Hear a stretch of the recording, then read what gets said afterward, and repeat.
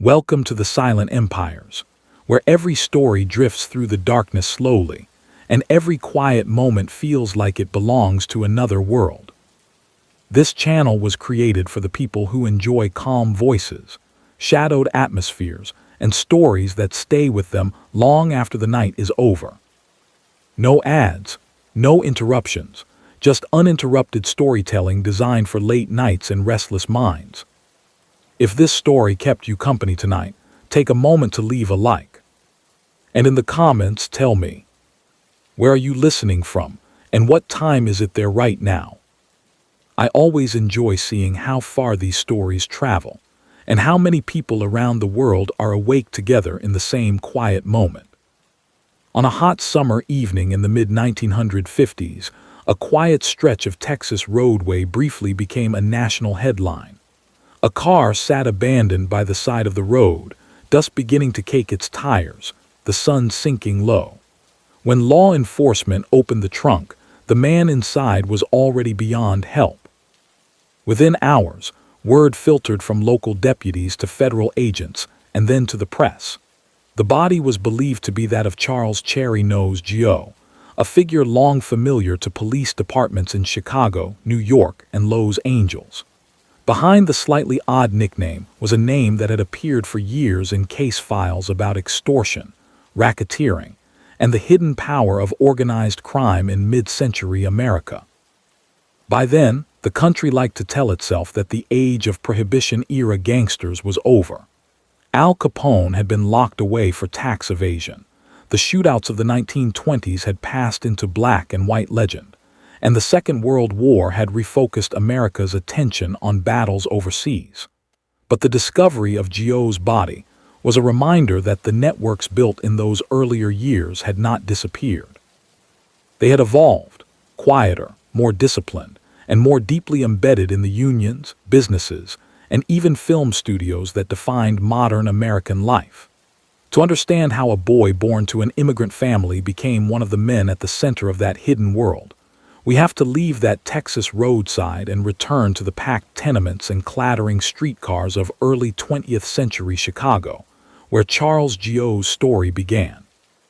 Charles Thomas Gioe was born in the first decade of the 20th century, generally cited as 1904, into a Sicilian family that had joined the wave of southern Italian migration to the United States.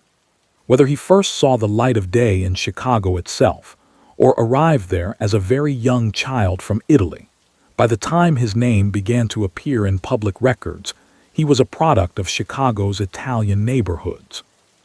These communities had sprung up in the shadow of stockyards, rail yards, and factories, crowded zones where newcomers from Sicily, Calabria, and other regions tried to carve out a place in a city that often regarded them with suspicion. The world into which he was born was rough in ways that shaped countless young men of his generation. The city of Chicago around 1900 was a showcase of American industrial might, but also a place of intense inequality.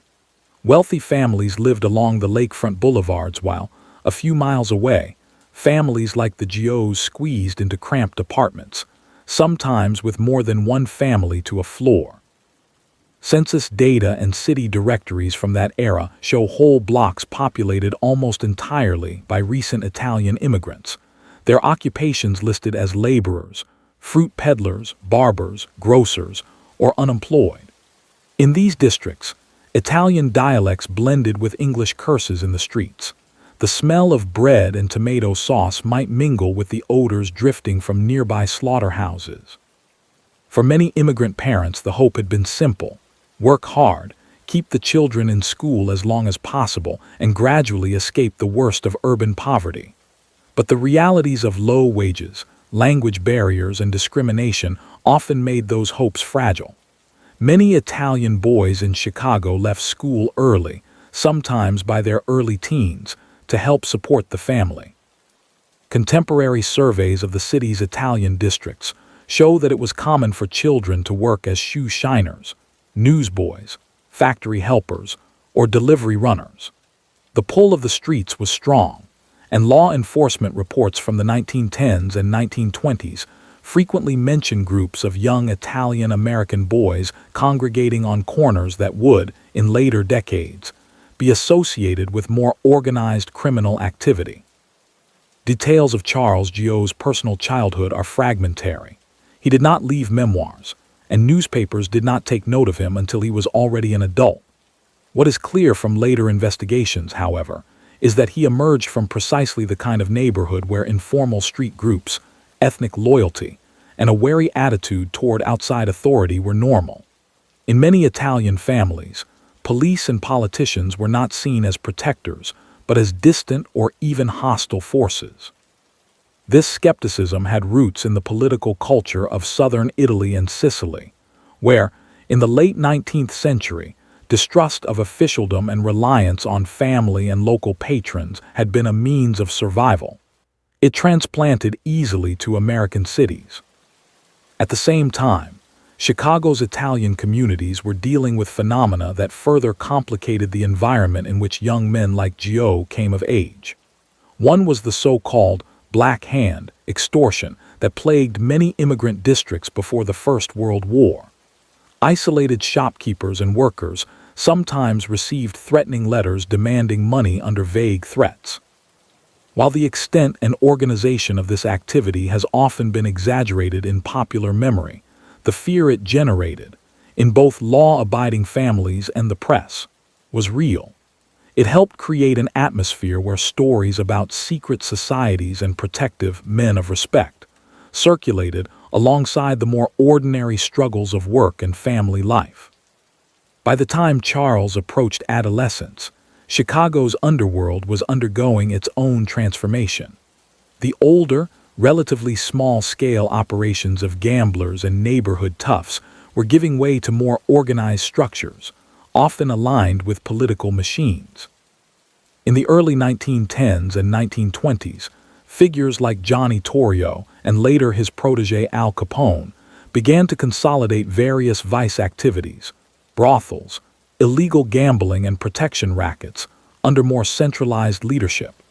Ward bosses exchanged favors with underworld figures, votes and muscle in exchange for a measure of protection from crackdowns. Young men from the same streets and churches that the Gioe family would have known were drawn into this new order as drivers, lookouts, and enforcers. The passage of national prohibition in 1920 accelerated this process dramatically. When the Volstead Act made the production and sale of alcoholic beverages illegal in most circumstances, it did not eliminate demand. Instead, it created an enormous new black market, one that well-placed criminal organizations rushed to exploit. Chicago, with its strategic position in the Midwest and its tradition of political corruption, became one of the centers of this illicit liquor economy. Bootlegging required a flexible army of workers, men to smuggle and transport, to guard warehouses, to collect debts, and to intimidate competitors. It is in this period that Charles Cherry Nose Gioe begins to appear in the surviving record as more than a name in a census tally. Later law enforcement reports and testimony would describe him as an associate of the Chicago outfit, the loosely structured, increasingly powerful organization that grew out of the Torrio Capone operations. Exactly when he became involved is not pinned down to a specific year, but by the mid-1920s his name was known to vice squads and detectives who tracked the movements of Capone's men. Like many who rose through those ranks, he did not spring from nowhere. He came from the same crowded streets and ethnic networks that supplied the outfit with its foot soldiers.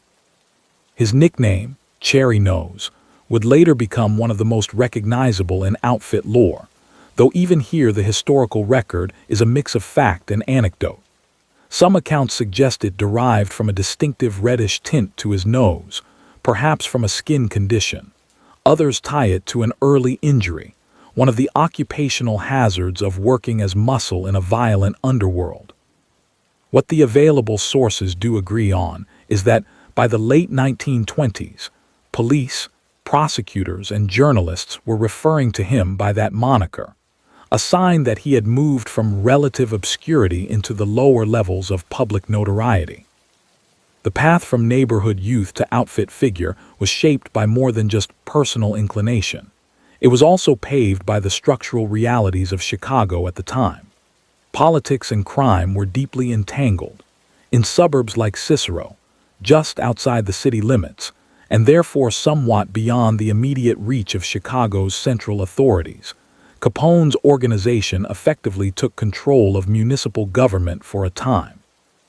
Elections were marred by intimidation. Rival saloons and gambling houses were pressured to buy from outfit-controlled suppliers or close. For young men adept at using force and able to navigate the unwritten rules of street life, there were opportunities for quick advancement that the legitimate economy often did not offer. None of this meant that every boy from an Italian district was destined to become a criminal. Most did not. Many became barbers, shopkeepers, skilled tradesmen, teachers, or soldiers. But the concentration of poverty, the casual brutality of some workplaces, the lack of stable opportunities, and the visible wealth of those who succeeded in the shadow economy created a powerful contrast.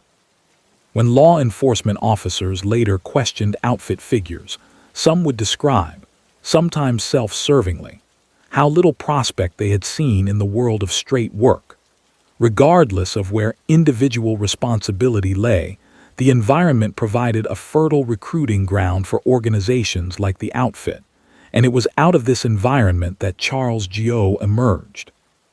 By the time Prohibition reached its midpoint, in the later 1920s, the Chicago outfit was engaged in intense competition with rival gangs for control of territory, especially on the north and west sides. This period saw some of the most publicized gang conflicts in American history, culminating in incidents like the 1929 St. Valentine's Day Massacre. While contemporary reports do not place Gioe at the center of those headline events, his association with the outfit, recorded in police bulletins and later confirmed in federal investigations, meant he operated in the milieu shaped by them. To function in that world required certain traits: reliability, a degree of discretion, and willingness to carry out orders that often involved threats or force. Yet even in these years, the line between the underworld and the legitimate world was not as clear as it might appear in retrospect. Men associated with the outfit invested in apparently legitimate businesses, taverns, construction firms, trucking companies, that served both as sources of income and as fronts. It was common for a figure like Gioe to hold a nominal role in a lawful enterprise while also acting as a representative of outfit interests behind the scenes. Later investigations into his activities revealed that he, like many of his peers, became involved in enterprises where coercion and business coexisted: collections from bookmakers, insurance for tavern owners who wanted to avoid trouble, and eventually the more complex realm of union and industry influence. Understanding his early trajectory, therefore, requires holding two images in mind at once. On the one hand, Charles Gioe was one of many sons of Italian immigrants who navigated an often hostile city by relying on family networks, ethnic solidarity, and sharp survival instincts. On the other, by choosing to align himself with an organization that used intimidation and illegal enterprise as its core tools, he became part of a system that extracted money and security from others, often through fear. His story is not that of a lone outlaw, but of an individual whose personal decisions intersected with powerful social and economic currents in early 20th century America. As the 1920s drew to a close, the foundations of his later notoriety were firmly in place. He had the connections that mattered in Chicago's underworld, ties to outfit leadership, familiarity with the tools of enforcement, and a reputation that made his nickname known well beyond his own neighborhood. At the same time, national winds were beginning to shift. Public outcry over gang violence in Chicago was pushing federal authorities to experiment with new tactics and charges. The eventual repeal of Prohibition was on the horizon, threatening to close off the liquor profits that had fueled the rise of men like Capone and the careers of those around him. For Charles Cherry Nose Gioe, These changing conditions would open a new phase, one in which his talents would be redirected from bootlegging streets to union halls and boardrooms, and in which his name would surface not only in local police blotters, but in federal indictments and national headlines. In the first years of the 1930s, as Chicago tried to shake off the memory of the most chaotic prohibition violence, the criminal world around Charles "Cherry Nose" Gioe was changing shape. The roaring speakeasy era that had made Al Capone a national symbol was beginning to fade, not because liquor had suddenly disappeared from the city's bars and back rooms, but because the federal government had finally learned how to wound the sprawling networks that supplied it. When Capone was convicted of tax evasion in 1931 and sent to federal prison, it sent a shock through his organization, but it did not destroy it. For men like Gioe, Capone's fall did not mean the end of their livelihoods. It meant an adjustment. Federal agents had targeted the most visible figure at the top, not the dozens of middle-ranking lieutenants and street leaders who had sustained the day-to-day work of collecting payments, enforcing territory, and negotiating with politicians. Contemporary intelligence reports written by the Bureau of Prohibition and later by the fledgling federal agencies that would become the FBI make it clear that the so-called Capone mob remained intact, its membership largely unchanged. Leadership roles were reallocated. Frank the Enforcer Nitti, a quieter and more cautious figure than Capone, emerged as the public face of what became known as the Chicago Outfit, while others, Paul the Waiter, Ricca, Tony Accardo, Louis Campagna, Jake Guzik, exercised influence with even less public visibility. Charles Gioe moved within this recalibrated hierarchy. Police bulletins and court documents from the early 1930s list him among those considered part of the outfit's enforcement and collections arm, a man to be taken seriously by tavern owners, gambling operators, and anyone else whose business intersected with outfit interests. He was not part of the old immigrant generation that had arrived as adults in the early 1900s. He belonged to the cohort that had grown up entirely in America, knowing both the language of their parents, Sicilian neighborhoods, and the slang of Chicago streets. In a sense, he embodied the transition the outfit itself was undergoing, from a rough ethnic gang to a more Americanized, profit-driven criminal corporation. The repeal of prohibition in December 1933 could have been a mortal blow to the outfit. The ban on the sale of alcoholic drinks and the public's determination to ignore that ban had been the organization's single most profitable opportunity. But by the time legal beer flowed again in Chicago taverns, the men around Nitti and Ricca had already diversified. They had taken lessons from prohibition that extended beyond liquor: how to organize distribution, how to corrupt officials, how to intimidate or outcompete rivals, and how to turn the threat of disruption into a valuable commodity. Gambling was one obvious field of expansion. Chicago already had a tradition of betting parlors, backroom card games, and horse race wagering. Under the reorganized outfit, these were systematized. Illegal betting operations were brought under centralized supervision, with percentage cuts flowing upward in a way that resembled a franchising system more than a loose collection of independent operators. Names of men connected with these changes appear in arrest records, surveillance reports, and transcripts of wiretaps conducted with primitive 1930s equipment. Among them, repeatedly, is Charles "Cherry Nose" Gioe. In this era, he became less of a street corner enforcer and more of a field manager. His job, according to various law enforcement accounts, was to see that outfit rules were followed across certain neighborhoods and sectors, collections made on time, unauthorized games shut down or brought into the fold, bookmakers reminded of where their obligations lay. It was a role that required both toughness and an ability to interpret the will of superiors who preferred to remain at a distance. Those who dealt with him understood that he represented not just himself, but the layered power above him. At the same time, the outfit's leaders were looking beyond gambling. They understood that the legalized liquor industry itself was now a field open to influence. Owning or controlling taverns, breweries, and distribution companies was perfectly lawful on paper. What made these investments attractive to the outfit was the opportunity to use them as leverage, refusing service to competitors, using union connections to pressure suppliers, and quietly skimming from legitimate cash flows. Here, too, intermediaries like Gioe played a part. His name surfaces in connection with bar and tavern owners who, in later interviews with investigators, described being pressured to buy from certain breweries or to make regular payments to avoid labor troubles or sudden inspections. It was in the realm of labor that the outfit discovered both its most lucrative opportunities and the source of some of its greatest legal troubles. The Great Depression had thrown millions out of work. Unions, both old and newly formed, were engaged in fierce struggles with employers over wages, working conditions, and job security. In that environment, the threat of a strike, of shutting down a factory, a shipping line, or even a movie studio, had enormous weight. Organized crime figures realized that if they could influence the unions, they could, in effect, rent out industrial peace. The Chicago outfit was not alone in this realization. Similar developments were happening in New York and other industrial centers.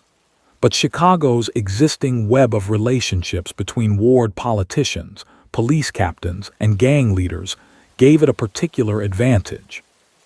Investigators in the 1930s began to notice that in certain unions, especially in industries like trucking, cleaning and dyeing, and construction, local officers who suddenly rose to power often had quiet backing from men already known to the vice squads. Once elected, these officers proved far more responsive to outfit guidance than to the rank and file workers they officially represented. Charles Gioe played a measurable part in this shift. Although the exact internal arrangements of the outfit were never written down in any way that has come to light, testimony from informants and surviving internal union records link his name to campaigns for control of specific locals. Sometimes he appeared as a business agent or labor consultant for a company negotiating with a union, sometimes as a figure who showed up when a union officer needed help dealing with dissidents. The pattern was consistent: settlements that looked like compromises, but in reality bound both sides into continuing dependence on outfit intermediaries. For ordinary workers, the consequences were mixed and often disheartening. In some cases, wages did rise and hours improved, but part of the money shaken loose from employers was siphoned off before it reached pay envelopes. Union democracy was undermined as meetings were taken over by blocks of men loyal not to coworkers, but to outside sponsors. Those who tried to challenge this arrangement sometimes found themselves facing retaliation, not always in the form of physical assault, though that did happen, but through job transfers, sudden firings, or spurious charges brought before union disciplinary committees. Federal labor mediators and investigators, when they later examined these locals, noted patterns of fear and silence that suggested the presence of a force behind the scenes. The outfit's reach, however, was not going to stop at Chicago's city limits. By the mid-1930s, the same logic that had driven its leaders to seek influence in local unions led them to look at the national stage, and one industry in particular seemed ripe for exploitation: motion pictures. Hollywood, by then, was not just a cluster of studios in California.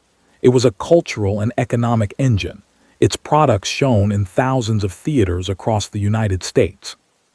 Those theaters depended on technical workers, projectionists, stagehands, set builders, many of whom belonged to unions affiliated with the International Alliance of Theatrical Stage Employees, or IATSE.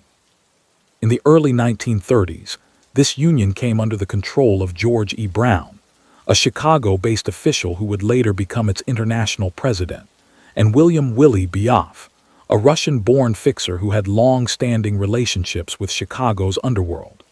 Brown had what the outfit needed: formal authority within the union. Biaf had what union leadership often lacked: an intimate knowledge of how to navigate the criminal networks that now dominated Chicago's illicit economy. Together, and with the backing of men like Nitti, Ricca, Campagna, and others in the outfit's upper ranks, they began crafting a scheme that would use the threat of labor unrest in Hollywood to extract money from the major movie studios. This was the environment into which Charles "Cherry Nose" Gioe stepped as one of the outfit's trusted envoys. Court records and later congressional investigations into racketeering describe him as part of the group that supervised Biaf and Brown's activities, ensuring that payments made by studio heads found their way back to Chicago, and that any wavering on the part of union officers or local representatives was corrected. At times he operated from Chicago, relaying instructions and expectations. At other times he traveled, meeting with associates in other cities as the scheme spread. The mechanics of the operation were relatively simple, even if the sums involved were large. Hollywood studios, fearful of costly strikes that could shut down productions or disrupt distribution to movie houses, agreed to pay regular sums to avoid such turmoil. The money was usually framed as consulting fees or payments for labor peace. In theory, these funds might have been used by the union to support its members. In practice, according to the later testimonies that came to light, a significant portion was diverted into personal accounts and outfit-controlled businesses. Biaf lived conspicuously well for a union intermediary. Brown enjoyed a standard of comfort beyond what his official salary could explain. Behind them, the flow of money strengthened the financial base of outfit leaders in Chicago, who used it to expand gambling operations, invest in legitimate enterprises, and solidify their hold on other unions. Charles Gioe's role was not that of a public negotiator. He was not the man whose name appears in studio correspondence or union newsletters. Instead, he was one of the men whose names appear in the background of law enforcement files. The representative from Chicago whose presence at meetings signaled that matters had moved beyond ordinary labor relations. Producers and executives who later spoke, under subpoena, about those years described a climate in which the choice seemed to be between cooperating with Biaf and Brown, or facing the possibility of disruptions they felt ill-equipped to handle. Whether Gioe himself directly articulated such threats in those rooms is less clear from the surviving record. What is certain is that his reputation preceded him, and that reputation shaped the attitudes of those across the table. Back in Chicago, that reputation was also being registered by authorities. The 1930s saw a gradual professionalization of law enforcement efforts against organized crime. The scandal of Prohibition-era violence had spurred the creation of more systematic crime-fighting units at both the state and federal levels. Agents began assembling index cards and dossiers on suspected outfit members, tracking not just arrests but associations, business holdings, and travel patterns. In these files, Charles "Cherry Nose" Gioe appears as a known associate of high-level figures, someone to be watched when he boarded trains for New York or Los Angeles, or when he appeared in the vicinity of contentious labor negotiations. Yet despite this increasing attention, meaningful legal action proved difficult. Witnesses were reluctant to testify against men linked to the outfit. Union records were opaque, and many of the payments that flowed from employers to intermediaries were structured to look like legitimate expenses. When arrests did happen, for illegal gambling for instance, or for carrying unlicensed weapons, they often led to fines or short jail terms, not the kind of major convictions that could dismantle the organization or seriously curtail the activities of someone like Gioe. In that sense, his experience mirrored that of many mid-level mob figures of the era, frequently detained, occasionally charged, but rarely held long enough to interfere with his role in the broader enterprise.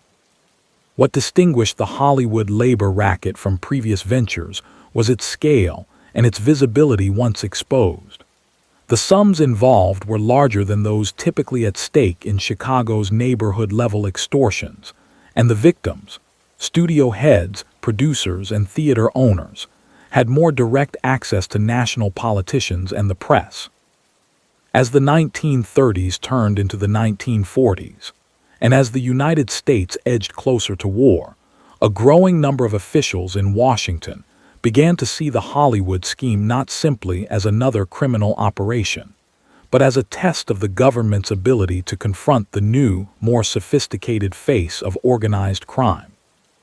For Charles "Cherry Nose" Gioe, whose rise within the outfit had been built on seizing opportunities created by prohibition and then by labor unrest, the Hollywood venture marked the culmination of that trajectory. He had gone from a boy in an immigrant neighborhood to a name recognized by union insiders and studio executives thousands of miles from Chicago. But this expansion of reach also expanded his exposure. As federal investigators slowly untangled the web connecting Biaf and Brown to Chicago's underworld, the circle of those at risk widened. The next phase of his life would be defined not by unchecked growth, but by indictments, trials, and prison sentences that finally forced some of the hidden mechanisms of the outfit into the light. The unraveling of the Hollywood racket began far from the Chicago offices, where Charles "Cherry Nose" Gioe and his superiors counted its proceeds. It started instead with resentment in projection booths and union halls, among the very workers whose organizations had been turned into tools of extortion. By the late 1930s, rank-and-file members of the International Alliance of Theatrical Stage Employees were asking awkward questions. Why were union leaders living far more comfortably than their salaries would suggest? Why did negotiations with employers seem to conclude with impressive announcements, yet leave ordinary pay and conditions largely unchanged? And why did anyone who pressed too hard for answers suddenly find themselves transferred, disciplined, or edged out of favor? Some of those grumblings reached officials in the American Federation of Labor, to which IATSE was affiliated. Others reached local prosecutors and, eventually, federal agents. At first, the complaints sounded like the familiar chorus of intra-union politics, accusations, counter-accusations, and rumors of corruption that often proved difficult to substantiate. But by 1940 and 1941, investigators began connecting the dots between the luxurious lifestyle of Willie Biaf, the powerful position of IATSE President George Brown, and a pattern of labor peace payments flowing from Hollywood studios to union intermediaries. It was when they followed the money beyond California, tracing bank accounts and cash movements back to Chicago, that the outlines of the larger scheme came into focus. The first major public blow fell not on Charles Gioe, but on the front men, Biaf and Brown.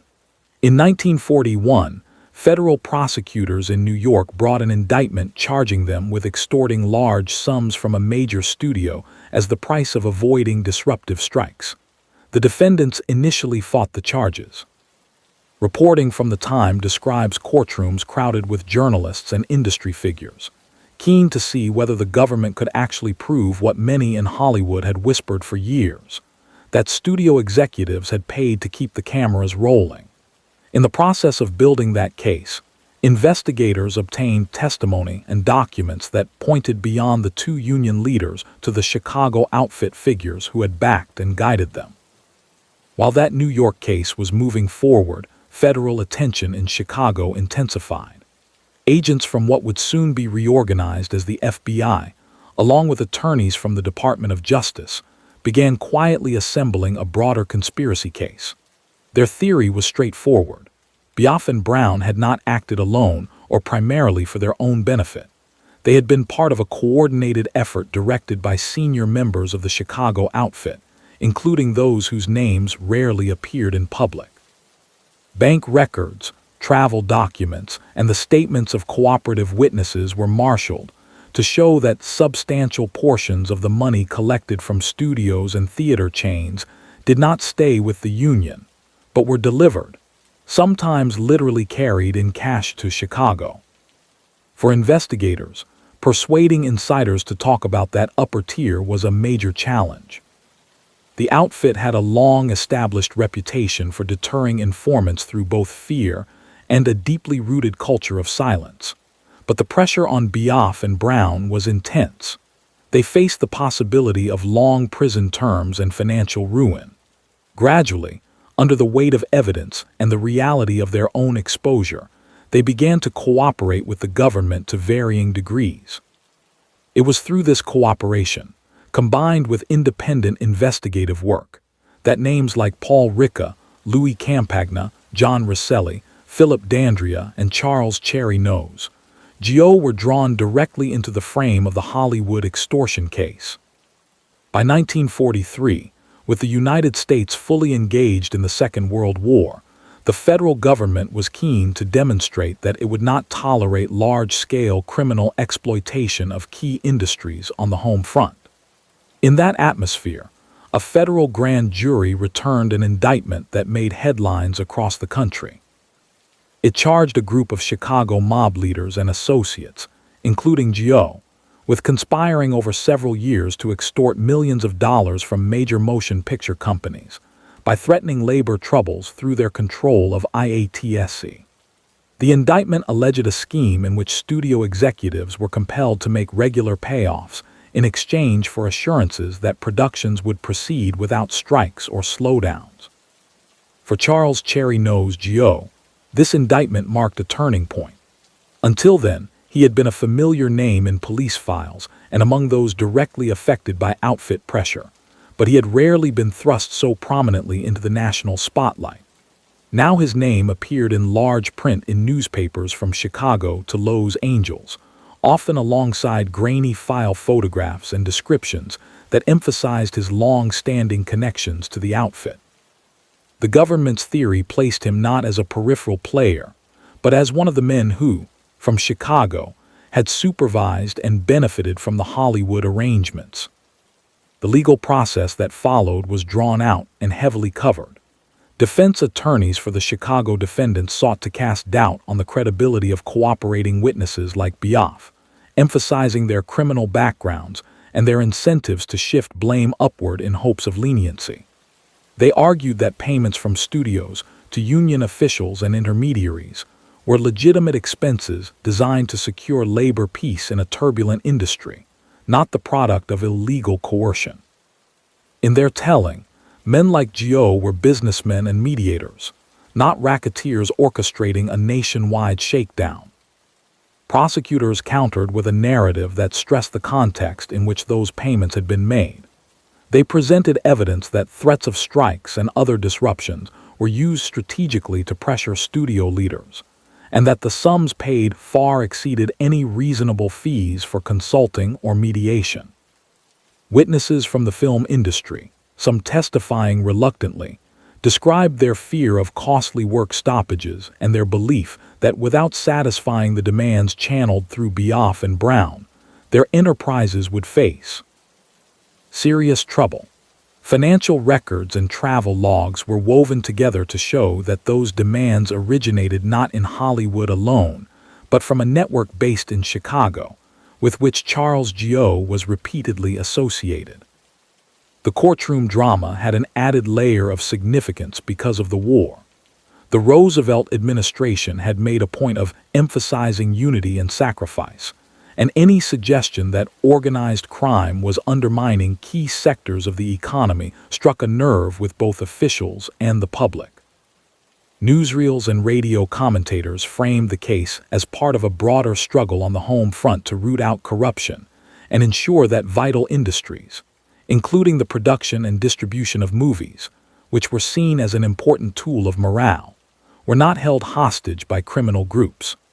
In that environment, jurors and judges alike were operating under a powerful sense that this was not an ordinary labor management dispute.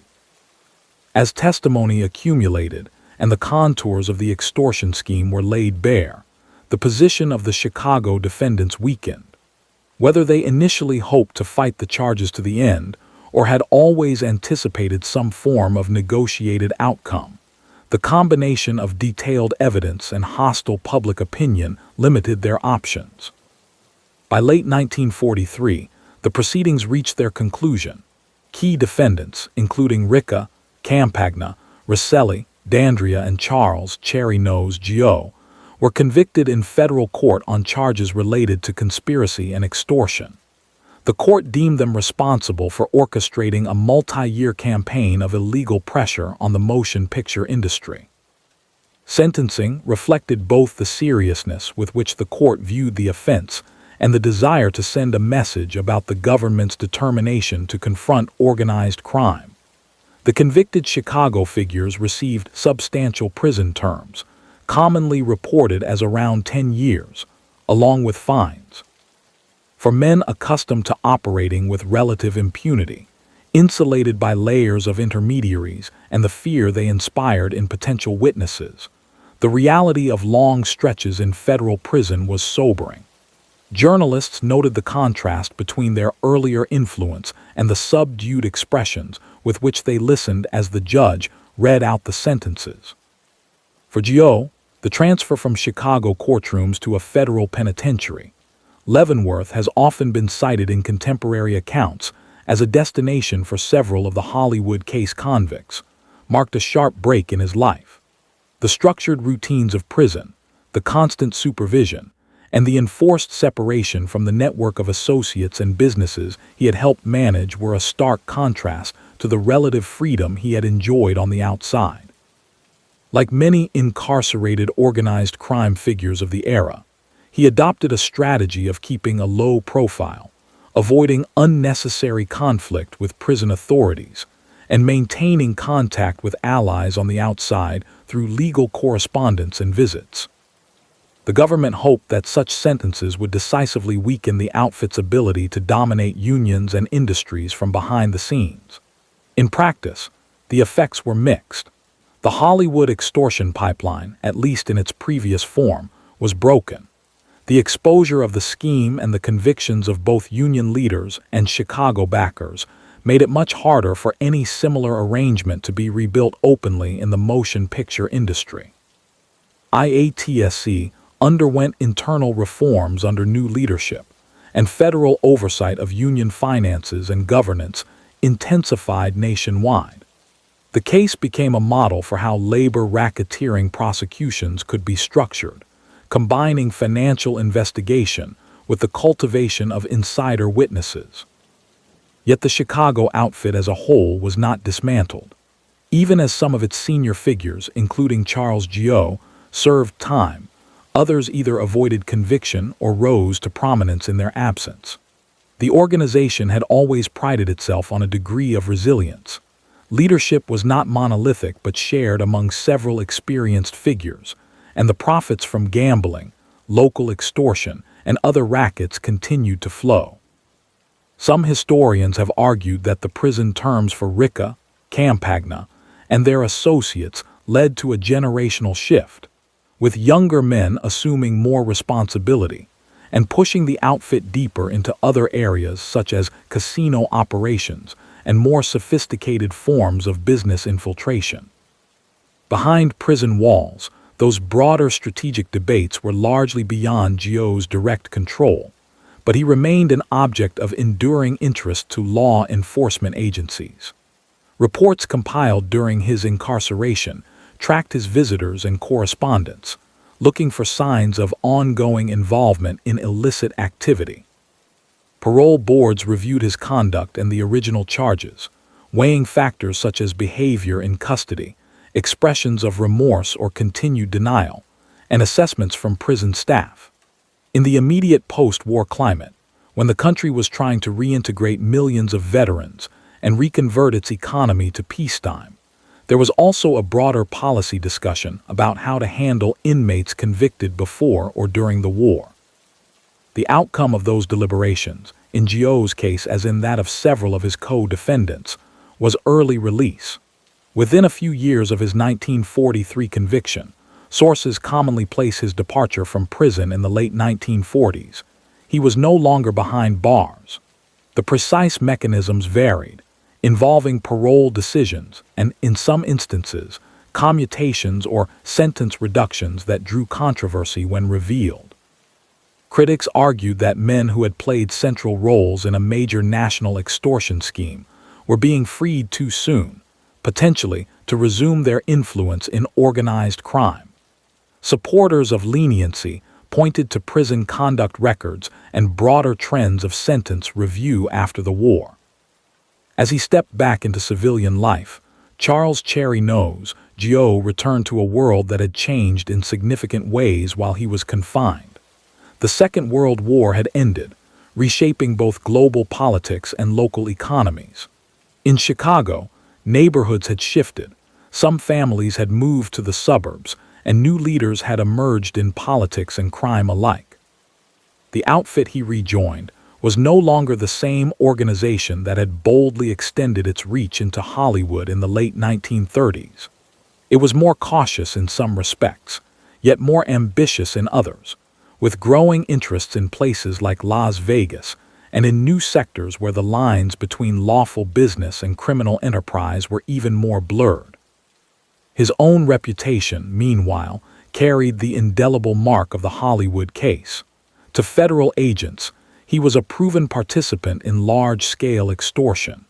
To fellow outfit members, he was a man who had endured a significant sentence without publicly betraying his superiors, unlike Willie Biaffe, whose cooperation with authorities had made him a pariah in underworld circles.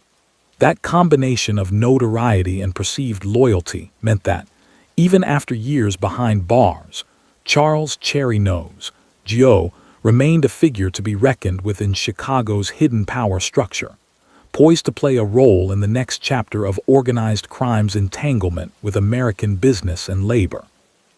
When Charles Gioe walked out of federal custody in the late 1940s, his release was more than a simple bureaucratic act.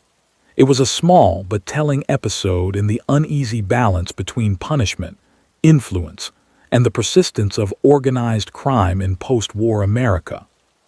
Officially, he was a man who had served several years of a 10-year sentence for conspiracy and extortion, and who, on the basis of good behavior and standard parole procedures, had been deemed eligible to re-enter civilian life. Unofficially, his early return, along with that of other Chicago defendants in the Hollywood extortion case, alarmed some observers who feared that seasoned racketeers were being allowed to step back into positions of power with relatively little lasting consequence. Newspaper columnists and crime commissions pointed to the cluster of early releases as evidence that political pull and legal maneuvering could blunt even high-profile convictions. The details of how, exactly, those releases were arranged remain partly obscured in a tangle of parole board minutes, internal Justice Department memoranda, and the broader climate of leniency that followed the war. But the outcome was clear enough. By the end of the decade, several of the men whom federal prosecutors had described as the guiding minds behind the Hollywood labor racket were once again free, living quietly in and around Chicago. Among them was Charles Gioe. Freedom, however, did not mean a simple restoration of the pre-prison order. During his years behind bars, the Chicago outfit had continued to evolve. Tony Accardo had consolidated his position as a dominant figure, working closely with Paul Ricca, even as Ricca's own movements and associations were officially restricted by his parole conditions. New money and new opportunities had reshaped the hierarchy. The outfit's reach into gambling, both in Chicago and in distant places like Las Vegas and Havana, had deepened. Younger men, many of them veterans of the war, had joined the ranks, bringing fresh energy and sometimes different expectations about how business should be conducted. Men returning from prison, like Gioe and Louis Campagna, found that some of the lucrative territories and responsibilities they had once controlled were now in other hands. In organizations built on loyalty but also on constant calculation, this created a delicate situation. On one hand, their willingness to endure prison without becoming government witnesses counted heavily in their favor. On the other, the outfit's need to avoid renewed law enforcement attention argued against simply restoring them to their former prominence.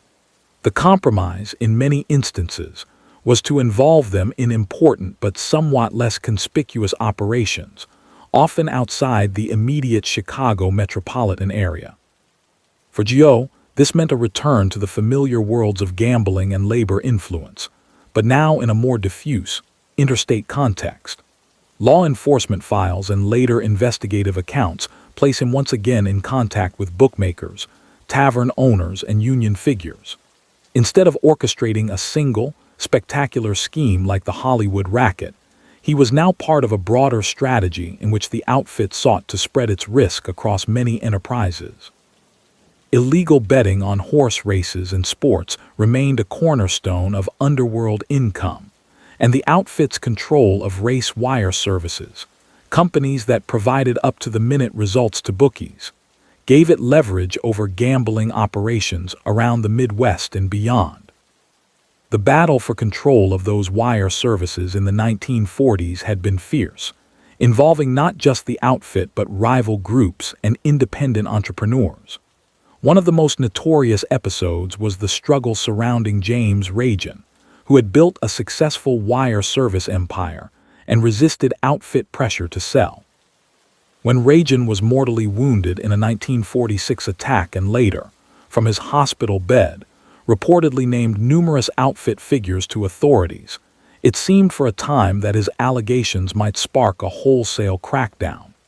Grand juries were convened, and federal agencies began compiling lists of suspected racketeers. Even if Charles Cherry knows, Gioe's name did not feature as prominently as those of top bosses like Accardo.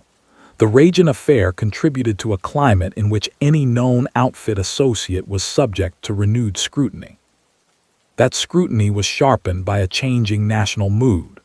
The end of the war had not brought a return to pre-Depression complacency. Instead, Americans were increasingly attuned to issues of corruption, influence peddling, and what would soon be labeled organized crime.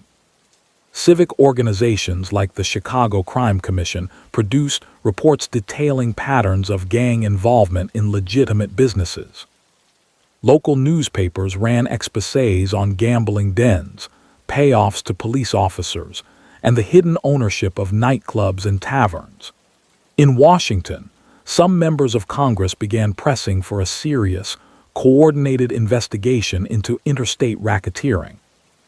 Against this backdrop, Gioe resumed his work with a measure of caution. He was no longer the relatively anonymous enforcer of the 1920s. The Hollywood case had engraved his name in federal files and in the memories of prosecutors. Surveillance reports from the late 1940s and early 1950s paint a picture of a man who moved carefully, meeting associates in public places, relying on intermediaries to relay instructions, and avoiding any unnecessary public profile. Arrests, when they came, tended to be on minor charges: gambling, vagrancy, or disorderly conduct. These often ended in dismissals or small fines, but each incident added another sheet to the stack of documents bearing his name. At the same time, the social world in which he moved still offered him status and deference. Within outfit circles, he was addressed with a respect earned by years of service and by his refusal, in the view of his peers, to follow the path of someone like Willie Biaffe. Biaffe, whose testimony had helped send Gioe and others to prison, had accepted federal protection and retreated into a new identity. His later death in an explosion in Arizona in 1955 would widely be interpreted as the settling of an old score. For men like Gioe, the contrast underscored the value the outfit placed on silence in the face of legal pressure, and the risks of violating that unwritten code. The economic landscape of post-war America provided both opportunities and constraints for men in his position. The country was entering a period of unprecedented prosperity. Suburban subdivisions, new highways, and booming consumer demand reshaped cities and their surroundings. Legitimate businesses flourished, but so did the markets for illicit services. Sports betting, policy rackets, and unlicensed casinos attracted customers with more disposable income than their parents had ever enjoyed. Unions remained powerful in many industries, But internal divisions, corruption scandals, and employer resistance created openings for outside consultants, whose ability to promise peace or trouble could be monetized. In Chicago, the outfit used this environment to deepen its involvement in both old and new ventures. Gambling dens and betting parlors were joined by investments in jukebox and vending machine companies, which in turn provided leverage over bars, diners, and other small businesses dependent on such machines for a portion of their income. Trucking, meatpacking, and the garment trades all saw continuing efforts by organized crime to gain a foothold in unions or in the businesses that relied on them. Men like Gioe, with experience in both enforcement and negotiation, were valuable components of this strategy. It was also increasingly clear, however, that Chicago could not be the sole stage. Las Vegas, in particular, drew the outfit's attention. After the war, legal casino gambling and the construction of large, resort-style hotels transformed that small desert town into a magnet for both tourists and underworld capital. While the most visible figures in early Las Vegas were men like Benjamin Bugsy, Siegel and later Moe Dalitz, Chicago and other Midwestern organizations quietly acquired stakes in casinos and related businesses. Johnny Rosselli, an old associate from the Hollywood days, became a key connector between Chicago and the West Coast, participating in ventures that spanned California and Nevada. Although Rosselli's name is more directly associated with Las Vegas than Gioe's, federal intelligence reports indicate that Chicago's senior leadership used multiple trusted figures to oversee and audit their far-flung interests. In that context, there is evidence that Gioe made trips to the West from his Chicago base, sometimes in connection with gambling and sometimes, law enforcement officials believed, to liaise with union or business contacts. Specific itineraries are not always clear, but ticket stubs, hotel registrations, and surveillance notes from the period place him at times in Los Angeles and other Western cities, even as he maintained his roots in Chicago. If the West offered opportunities, the South and Southwest presented another frontier. Texas, in particular, was experiencing economic growth driven by oil, defense spending, and the expansion of its cities. Alongside legitimate development, there was a thriving underworld of gambling, nightclubs, and informal betting operations. Local figures, some with long-standing influence in cities like Dallas and Houston, had developed their own systems of patronage and enforcement. To a group like the outfit, with its experience in structuring gambling territories and wire service monopolies, these markets looked promising, if deals could be made or, failing that, pressure applied. Accounts from both law enforcement sources and later historical studies suggest that in the years after his release, Charles Cherry Nose Gioe gradually became one of the outfit's point men in efforts to extend, regularize, or impose Chicago's influence on gambling operations beyond the Midwest, including in parts of Texas. His prior involvement in the Hollywood racket had already demonstrated his ability to work in distant cities on behalf of the organization, to enforce agreements, and to collect and transmit funds. Assigning him to manage or negotiate in new territories followed a similar logic. These forays into other regions, however, were not simply a matter of Chicago arriving and local operators acquiescing. In places like Dallas, entrenched gamblers and underworld figures were not eager to see a powerful out-of-town syndicate claim a share of their profits. Some had their own relationships with local law enforcement and politicians, built up over many years. The arrival of emissaries linked to the Chicago outfit threatened to upend these arrangements, or at least dilute the control of long-established players. Tension, sometimes veiled and sometimes open, was often the result when Northern representatives pushed too hard. Federal and state investigators watching these developments could see only parts of the picture, but those parts were enough to convince them that Gioe remained deeply embedded in organized crime activity. Reports compiled in the early 1950s by state crime commissions, the FBI, and congressional staffers preparing for national hearings on organized crime frequently listed his name among the key figures associated with the outfit's labor and gambling interests. Even when no immediate charges followed, such listings had consequences. They shaped the way local police viewed him, influenced decisions about surveillance and questioning, and ensured that whenever he appeared in a new city, at least some officials took notice. The growing national focus on organized crime reached a peak in 1950 and 1951, when Senator Kefauver of Tennessee led a special Senate committee to investigate interstate racketeering. The Kefauver Committee held highly publicized hearings in cities across the country, including Chicago.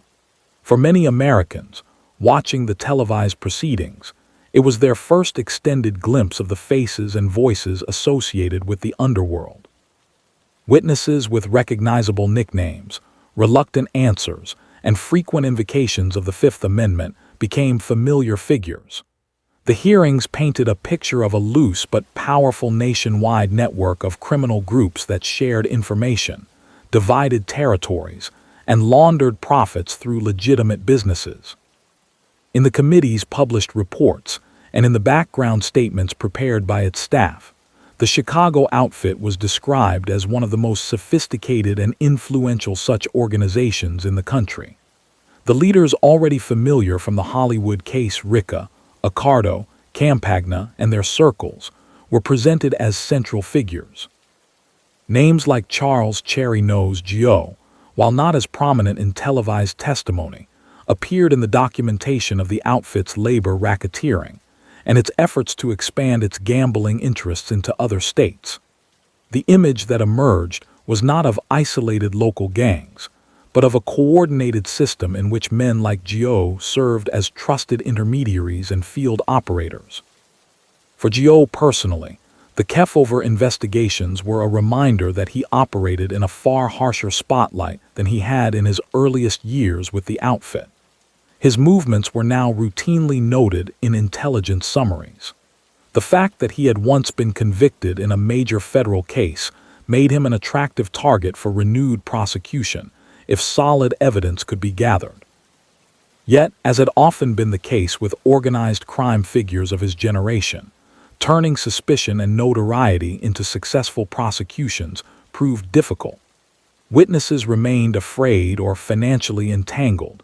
Unions guarded their internal records, and businesses that had entered into quiet arrangements to avoid trouble were often reluctant to implicate themselves by talking openly. That tension between visibility and legal vulnerability defined much of the remainder of his life. On one side, he was part of an aging cohort of outfit figures whose experiences stretched back to the Prohibition era and the early consolidations of Chicago's underworld. On the other, he was operating in a new America, one with television, congressional hearings, and an increasingly professional cadre of prosecutors and investigators determined to curb the power of organizations like the outfit. The decisions he made, the alliances he formed in places far from Chicago, and the rivalries he stirred up in those new territories would, in time, place him at the center of conflicts that extended beyond simple profit calculations. Those conflicts, especially in the burgeoning gambling markets of the Southwest, would ultimately contribute to the circumstances that ended his life on that quiet Texas road in 1954. In the years immediately following the Kefauver hearings, the terrain on which Charles Gioe operated grew both wider and more precarious. Public awareness of organized crime had never been higher. Americans who had watched underworld figures evade accountability for decades had now seen, on their living room televisions, mobsters and gamblers parrying questions from senators, invoking the Fifth Amendment, and hinting at a shadow system of power that crossed state lines. That exposure did not, in itself, dismantle the Chicago outfit or its counterparts, but it altered the atmosphere in which they did business. Every trip, every meeting, every sudden influx of cash was more likely to attract attention from someone in law enforcement, a journalist, or a rival group looking for leverage. For the outfit's leadership, The lesson was not to retreat but to adapt. Violence, while still available as a tool, was used more sparingly and usually at a distance from Chicago itself. The emphasis shifted toward stable, recurring income streams and toward arrangements that could be made to look superficially legitimate. Service contracts, leases, consulting agreements, and minority stakes in apparently respectable businesses. Inside that framework, someone like Charles Gioe was a known quantity, experienced, trusted, and already tested under pressure. He was a man whose loyalties, in the eyes of his peers, had been proven when he had gone to prison in the Hollywood case without publicly turning on his superiors. By the early 1950s, he was in his late 40s. Part of a generation that bridged the Prohibition era and the modern syndicate age. He no longer needed to prove himself through the sort of visible street-level enforcements that had characterized his youth. Instead, his value lay in his ability to represent Chicago's interests in places where the outfit did not hold undisputed sway, to negotiate with local operators, and when necessary, to impress upon them the potential consequences of refusing to cooperate. It was a role that demanded both a measure of tact and the hard edge of a man known to stand behind his threats. At home in Chicago, the outfit's reach radiated outward from its core neighborhoods on the near west side and in suburban Cicero. Illegal horse race betting and sports bookmaking flourished in taverns and back rooms, often under the informal protection of outfit-influenced ward politicians and police. The syndicate's tentacles extended into the jukebox and vending machine industries, not so much because those businesses were glamorous as because they provided a steady trickle of money and a reason to call on hundreds of small establishments across the city. Unions in the trucking, construction, and service sectors remained vulnerable to subtle and not so subtle pressure. Within this ecosystem, law enforcement saw Gioe as a continuing presence. Internal memoranda from the FBI and state crime commissions list him as a known associate of top outfit leaders, frequently cited in the company of men like Louis, Little New York, Campagna, and other figures from the Hollywood extortion case. Local newspapers occasionally noted his name in reports of vice raids in which dozens were rounded up for questioning, even if charges later evaporated.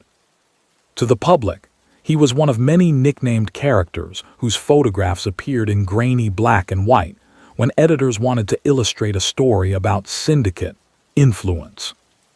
But the work that mattered most to outfit bosses took place beyond the reach of casual reporters. Gambling profits in Chicago were substantial, yet the city was only one node in a much larger underground economy. The illegal flow of bets on horse races and sports events, transmitted over telephone lines and wire services, linked bookies in Chicago to counterparts in St. Louis, Kansas City, New Orleans, and many smaller towns across the Midwest and South. The outfit's experience in controlling wire service companies, deciding who got timely race results and on what terms, gave it leverage in this network. The more territory it could draw into systems it dominated, the more secure and expansive its revenue became. Texas was an obvious zone of interest. It lay astride major transportation routes, had a booming post-war economy, and had long tolerated, to varying degrees, a culture of gambling and vice. In Galveston, the Maceo brothers had for years presided over a wide-open resort town where casinos and nightclubs drew visitors from across the region. In Dallas and Fort Worth, bookmakers, dice operators, and nightclub owners had carved out spheres of influence that survived periodic law enforcement campaigns. By the early 1950s, oil wealth, defense contracts, and population growth were swelling the pool of potential bettors and customers across the state. Chicago was hardly alone in eyeing Texas. There were local organizations, some with roots stretching back to the early 20th century, and there were connections to other national syndicates, notably the New Orleans family that had historical ties throughout the Gulf Coast region.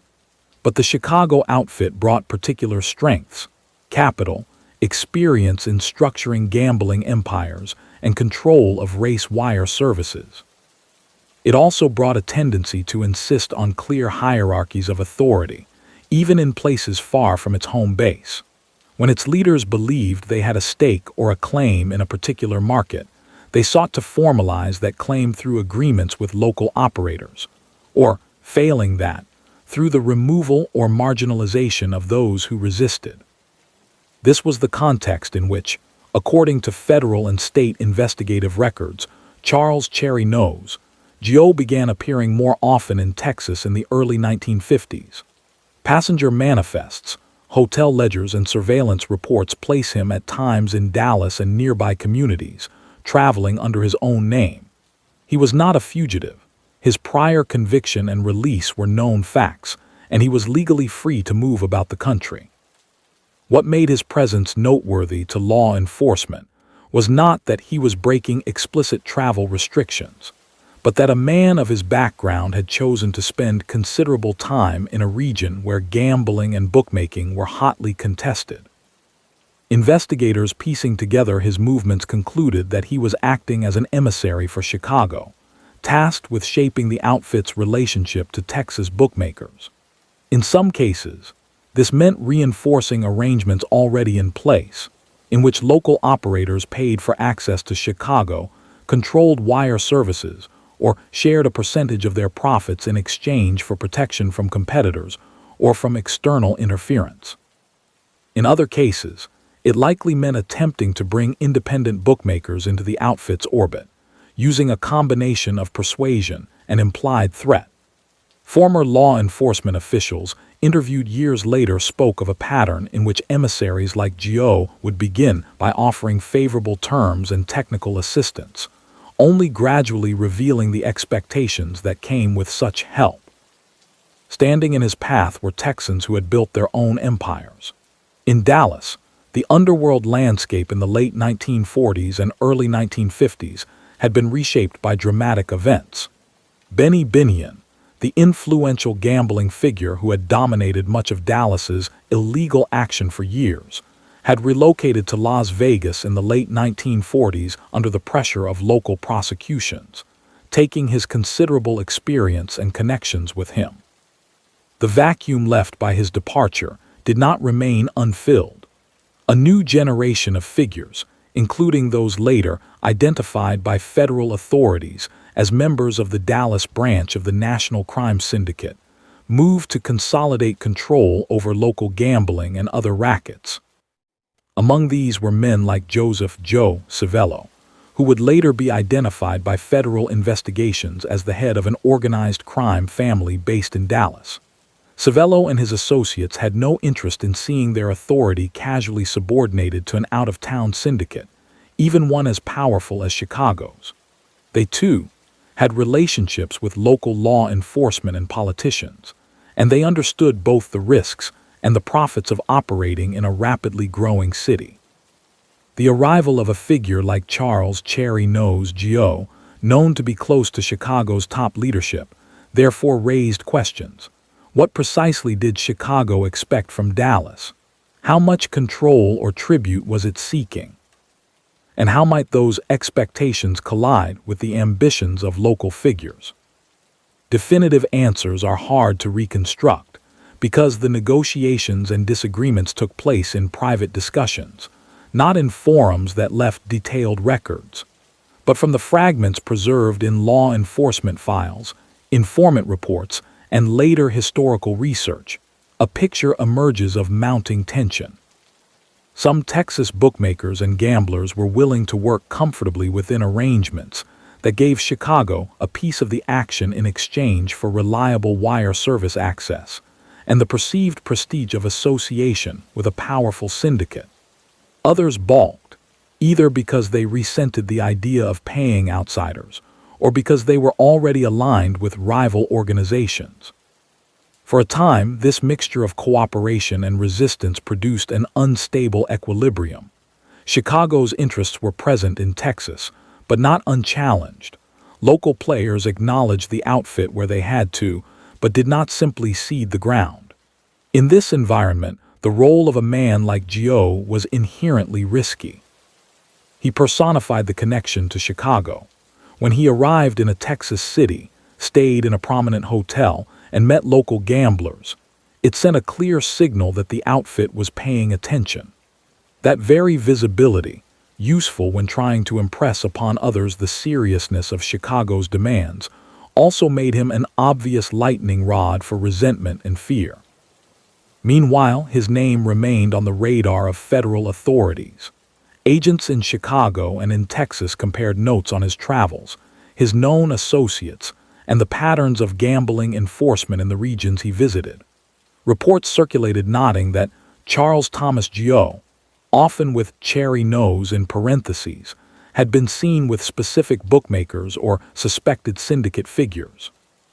While these observations did not in themselves constitute grounds for indictment, they contributed to a growing understanding among investigators that organized crime was no longer confined to traditional strongholds in Chicago, New York, or New Orleans. It was, instead, a fluid system in which experienced men like Gioe moved between cities, linking separate operations into a loosely coordinated whole. In public, though, he kept a low profile.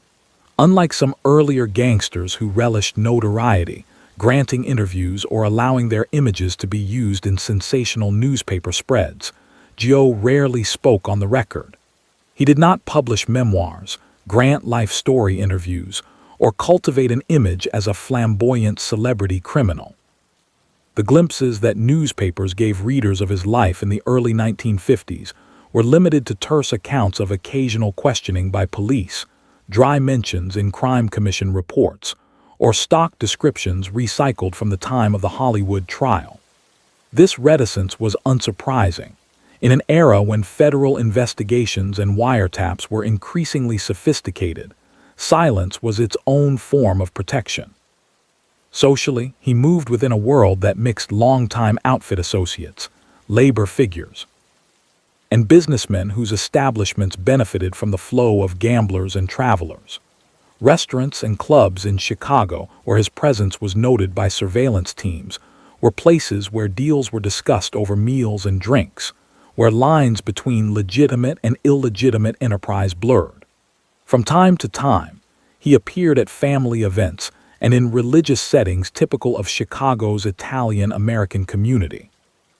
Organized crime figures of his generation often maintained strong ties to family and church, drawing a distinction, at least in their own minds, between their public work and their private loyalties. These personal details did not erase the harm caused by the rackets in which they participated, but they did underscore the way such figures remained embedded in the ordinary social fabric of the city. Within the outfit itself, he was part of a slowly aging inner circle. Younger men, some with different ethnic backgrounds and educational experiences, were rising. They studied the methods of older figures like Gioe, but were also influenced by new trends, more sophisticated money laundering, deeper penetration of corporate structures, and the use of professional intermediaries such as lawyers and accountants. To maintain relevance, veterans needed to bring something unique to the table, whether it was a set of trusted contacts, a knack for calming volatile situations, or a reputation that could still make others think twice before crossing them. In Charles "Cherry Nose" Gioe's case, that unique currency was his combination of demonstrated loyalty and experience in handling far-flung ventures. From Chicago to Hollywood to the betting rooms of Texas, he had acted as one of the outfit's trusted emissaries. That history gave him continuing importance in the early 1950s as the syndicate sought to stabilize and expand its income from the interstate flow of gambling and the quiet manipulation of labor and businesses. It also placed him squarely in the path of conflicts that grew more intense as various groups, the Chicago outfit, local Texas operators, and other regional syndicates, jockeyed for position in the lucrative and increasingly crowded world of post-war gambling. By mid-decade, these pressures were converging. In the Dallas-Fort Worth area, competition for control of bookmaking operations and the terms of cooperation with outside interests had sharpened. Agreements that had once seemed satisfactory were now being questioned. Men who had long made profits under a particular division of territory or percentage sharing scheme found those arrangements challenged by newcomers or by stronger demands from existing partners. Within this swirl of competing claims, Charles Gioe continued his visits, his meetings, and his quiet assertions of Chicago's stake. The decisions he and others made in that period, the tone they took in negotiations, the concessions they insisted upon or rejected, the alliances they formed or slighted, would not be fully visible until years later, when investigators and historians tried to reconstruct the chain of events. What is clear, looking back, is that by the summer of 1954, tensions surrounding the outfit's role in Texas gambling had reached a point where someone concluded that the continued presence of Charles Gioe was more danger than asset. That conclusion, and the steps taken to act on it, would soon transform his story from that of a long surviving syndicate figure into one more entry in the grim catalog of unresolved underworld killings that marked mid-century America. By the summer of 1954, the pattern of Charles Gioe's movements made clear that Texas was no passing interest. Airline passenger lists and hotel registers later reviewed by investigators showed repeated trips between Chicago and the Dallas, Fort Worth area over the preceding 2 years. Each journey blended the ordinary and the ominous. A man in his late 40s checking into a hotel under his own name, meeting contacts in lobbies and cafes, making telephone calls whose contents were unknown, but whose timing often coincided with shifts in the local gambling climate. Federal agents who tried to follow these threads could see only fragments, but those fragments were enough to convince them that he was acting as a key representative of Chicago's interests in Texas. The stakes he was dealing with were not small. Illegal bookmaking on horse races and sports had spread across Texas, from back rooms in Dallas to roadhouses on the outskirts of smaller towns. Some of those operations depended on race wire services that traced back, through a chain of companies, contracts, and intermediaries, to systems influenced or controlled by the Chicago outfit. Others had their own lines to information sources in New Orleans or other hubs. The question, from Chicago's perspective, was not whether Texans would place bets, but who would profit from the flow of money those bets generated, and under what terms. Law enforcement sources and later historical reconstructions suggest that by early 1954, frictions over those terms had sharpened. Some Dallas bookmakers reportedly balked at the percentage of their profits they were expected to send north in return for access to wire information, and the protection implied by association with the outfit. Others resented the idea of outside supervision at all, particularly those who had worked under figures like Benny Binion and now saw themselves as the rightful inheritors of Dallas gambling. In this crowded, contested environment, the presence of a senior emissary from Chicago could be interpreted as either reassurance or a threat. Charles Gioe was no minor envoy. His background, Hollywood extortion conspirator turned paroled outfit veteran, meant that when he called on local bookmakers or sat down with figures later identified as part of the Dallas Underworld, those men knew they were not dealing with a freelance fixer. He represented people whose names did not appear on Texas hotel ledgers, but whose decisions could shape careers and, in extreme cases, end them. For a time, that reputation likely helped him. It lent weight to his proposals for revenue sharing or for reorganizing the distribution of wire service access. But reputations cut both ways. The very fact that he was so closely identified with Chicago's leadership also made him the embodiment of outside pressure. In August 1954, he returned once more to Texas. Contemporary accounts in newspapers and internal law enforcement reports agree on certain basic facts. He arrived in the Dallas, Fort Worth area and checked into a well-known hotel, part of a routine he had followed on prior visits. Over several days, he was seen meeting with various men thought to have ties to local gambling operations. He made telephone calls to Chicago.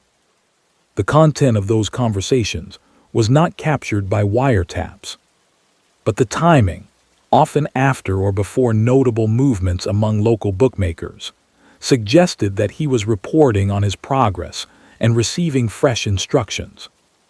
The last days of his life can be traced only in outline. Hotel staff later told investigators that he left his room on the evening of August 18 in the company of men who had visited him previously. Witnesses differed on details, how many men, what they looked like, but agreed that he appeared unhurried, dressed in the sober, slightly formal style common among middle-aged businessmen of the era. He told at least one person that he was going out to meet friends. There was nothing, in those last recorded interactions, to indicate that he suspected he was in immediate danger. Hours later, on a less traveled stretch of road between Dallas and Fort Worth, accounts differ on the precise location, but generally place it on a semi-rural highway. A car sat by the roadside long enough to draw attention. A passing motorist, noting the vehicle's unusual position and lack of movement, alerted local law enforcement. When officers arrived and investigated, they discovered in the trunk the body of a man who had been shot. Identification found on the body, along with fingerprints checked against existing records, confirmed what quickly became a headline. The dead man was Charles Thomas Cherry Nose Gioe of Chicago. The news traveled fast. Within hours, wire services carried brief bulletins. Chicago gang figure slain in Texas, and variations on that theme.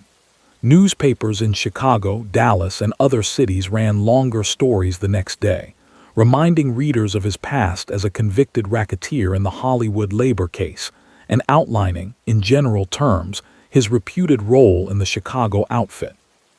The basic facts of the killing, as released by Texas authorities, were stark. He had been shot several times and left in the trunk of a car registered under a name not his own. There was no public evidence of robbery as a motive. The conclusion, almost universally shared by reporters and police, was that this had been a targeted killing. Texas law enforcement agencies opened an investigation. The sheriff's departments and police forces of the jurisdiction where the car was found took the lead in the immediate crime scene work, while the Texas Rangers and, soon, the FBI began examining the broader context.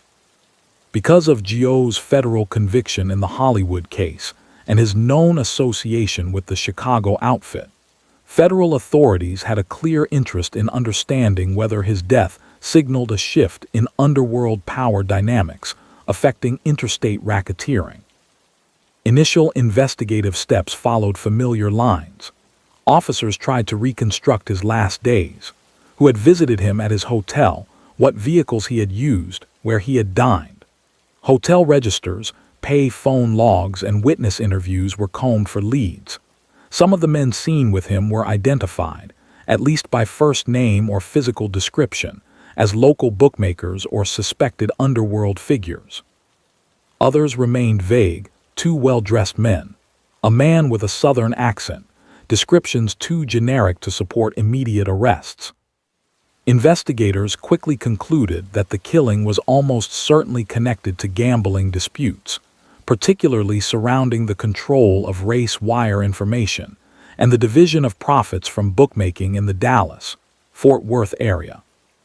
The method, luring a man into a car, killing him, and abandoning his body in the trunk, fit a pattern associated in public imagination with organized crime hits, though law enforcement officers were careful in their public statements to avoid too much speculation. Privately, reports circulated linking the murder to the unresolved tensions between Chicago emissaries and local Texas syndicate figures. One question loomed over the investigation: who had ordered the killing and why? Two broad theories emerged, both widely discussed in law enforcement circles and in later historical accounts, though neither could be proven to the standard required in court. The first theory placed responsibility primarily on local Texas interests. According to this view, certain Dallas area gamblers and underworld leaders had grown weary of what they saw as overbearing demands from Chicago. They may have felt that Gioe was pushing too hard for a larger share of profits or for stricter control over their operations.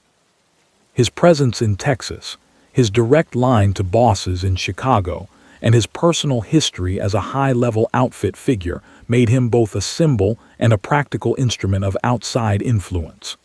Eliminating him, in this analysis, was a way of sending a defiant message.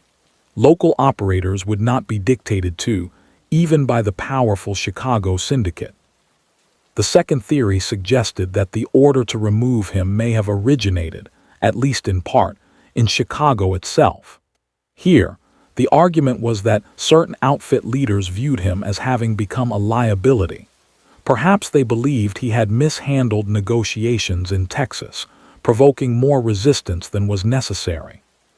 Perhaps they feared that his high profile and prior federal conviction made him a likely target for renewed investigations, especially if federal agents persuaded him that he was once again facing a serious prison term.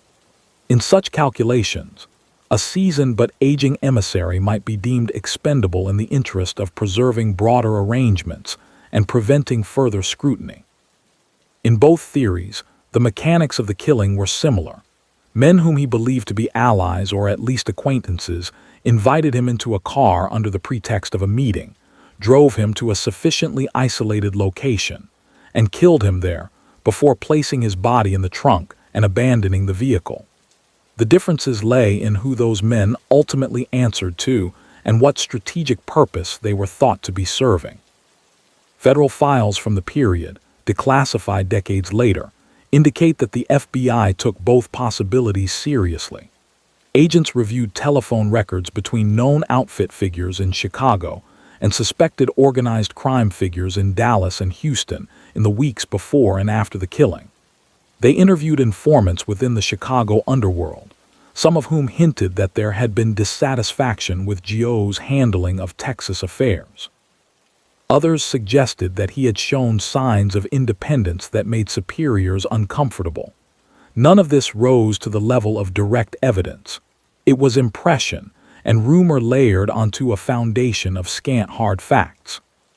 On the Texas side, rangers and local detectives questioned bookmakers and club owners known to have met with him. A few acknowledged having seen him socially or in the context of discussions about business, but all denied any knowledge of or involvement in his death. Some insisted that, while they were aware of his reputation and his connection to Chicago, they had no motive to harm him. The climate of fear around organized crime made it difficult to determine which of these statements, if any, could be trusted. Witnesses knew that talking too freely about men linked to the outfit could have consequences, even if those men were now dead. Despite these efforts, the investigation stalled. No murder weapon was recovered that could be definitively linked to known suspects. Fingerprints from the abandoned car, beyond those of Gioe himself, did not conclusively match any individual whom authorities could place with him on the night of the killing. The lack of cooperative witnesses, combined with the cross-jurisdictional nature of the case, touching on Chicago, Dallas, and the federal government, made progress difficult. Over time, the active inquiry into his death was quietly downgraded from urgent investigation to cold case. In Chicago, news of his killing reverberated quickly through underworld circles. Men who had known Charles Cherry Nose Gioe for decades understood what his death likely meant. Someone somewhere had decided that his continued presence was unacceptable. Whether they believed the order had come from Texas, Chicago, or a combination of the two, the underlying lesson was the same. Longevity in the outfit, even demonstrated loyalty and years of service, was no guarantee of safety.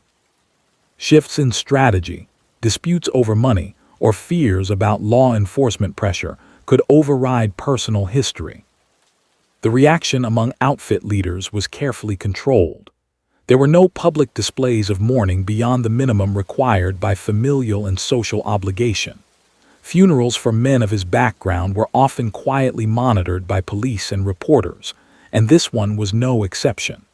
Observers noted the presence of known figures from Chicago's underworld, paying their respects briefly and without comment. Behind closed doors, discussions likely focused less on sentiment than on business. How to stabilize arrangements in Texas, how to reassure or discipline local partners, and how to minimize the chance that renewed investigations into his murder would uncover other sensitive operations.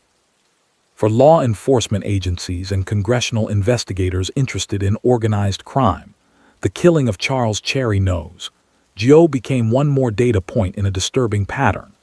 Here was a man whose life intersected with some of the most important episodes in mid-century organized crime history: Prohibition-era Chicago, the Hollywood labor racket, the post-war gambling expansion, and whose death, like those of many underworld figures before and after him, remained officially unsolved. Reports produced in the later 1950s and 1960s by state crime commissions and Senate committees often cited his case as an example of the difficulty of penetrating the inner workings of criminal syndicates. Even when the identity of the victim, his associates, and his likely enemies were all well known, the combination of fear, silence, and lack of hard evidence could thwart attempts at accountability. For the communities in which he had lived and operated, his death had more subtle effects. In Chicago's Italian-American neighborhoods, it was another reminder that some of the men who moved confidently through restaurants, social clubs, and parish events inhabited a world where, at any moment, long-standing relationships could be eclipsed by sudden violence. In Texas, the incident underscored the reality that the gambling and vice economies of cities like Dallas were not isolated local affairs, but tied into a larger network of interstate relationships and rivalries. Charles Gioe's body was buried, but the questions surrounding his killing were not laid to rest. They lingered in police files, in the recollections of investigators and journalists, and in the cautionary conversations of those who knew how the outfit and its counterparts settled disputes. For historians looking back, his death marks a turning point in his personal story, a final, abrupt end on a Texas roadside. But it also opens onto a broader question. What did his life and its violent conclusion reveal about the nature of organized crime in mid-20th century America, and about the society that produced and tolerated such figures for so long? The answer to that question lies not only in the details of his own biography, but in the larger systems of power, opportunity, and neglect that framed it. In the weeks after Charles Gioe's body was found in the trunk of a car on that Texas roadside, the visible world of Chicago's underworld changed very little. The same men congregated at the same restaurants and clubs. The same quiet figures slipped in and out of union offices and tavern back rooms. There were no open feuds, no obvious power struggles that spilled into public view. If anything, the outward calm underscored how routinized the handling of loss had become in an organization like the Chicago outfit. A man who had been part of its fabric for decades could be removed, and the machinery would, at least on the surface, keep turning. Inside that machinery, however, adjustments were made. Someone had to assume responsibility for the gambling and bookmaking connections in Texas and elsewhere that Gioe had been tending. That did not necessarily mean a one-for-one replacement. The outfit's leadership had learned, particularly after the Hollywood case and the Kefauver hearings, that concentrating too much authority in a single emissary could be risky. Instead, they increasingly relied on overlapping layers of influence. Local allies given more autonomy, backed by quieter oversight from Chicago men who did not carry the same level of name recognition as a figure like Gioe. In Texas, this shift dovetailed with an ongoing process of consolidation under local leadership. Men such as Joseph Savello in Dallas continued to build networks that balanced nods to national syndicates with a determination to keep decisive power in local hands. Federal investigations years later would describe the result as a family aligned with the nationwide mafia system, but preserving a distinct Texas identity. Whatever informal understandings were reached after 1954, They appear to have allowed Chicago to retain some share of the profits from interstate betting and wire service arrangements, but without the conspicuous presence of a high-profile envoy like Charles "Cherry Nose" Gioe. Law enforcement agencies, meanwhile, treated his killing as both a specific crime and a symptom of a broader problem. The FBI's internal memoranda on the case, declassified long after the fact, show an agency still struggling in the mid-1950s to translate a growing awareness of organized crime into effective strategy.